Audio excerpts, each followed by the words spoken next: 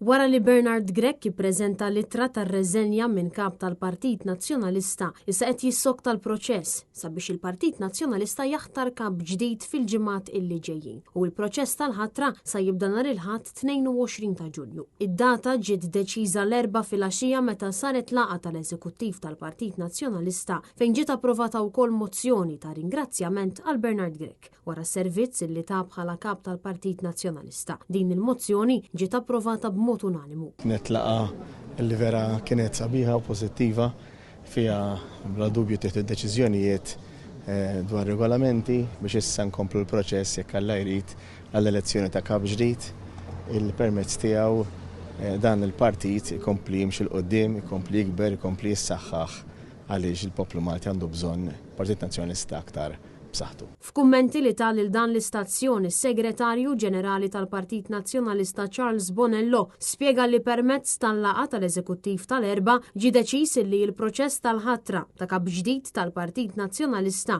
sa jibda b'Kunsill Ġenerali li sa jitlaqa fit-22 ta' Ġunju. Dan kollu wara li ġiet approvata mozzjoni li jissejjaħ sabiex jitlaqa dan il-Kunsill Ġenerali kif jitlob l-Istatut tal-Partit Nazzjonalista. Proċess li se jkun koordinat mill-Kummissjoni Elettorali tal-Partit Nazzjonalista. Li ġara llum kien li iltaqa il-Kumitat Eżekuttiv kif jitlob l-Istatut tal-Partit Nazzjonalista sabiex minn hawnhekk jiġi jibda ikun il-bidu tal-proċess tal-ħatra ta' kap ġdid tal-Partit Nazzjonalista.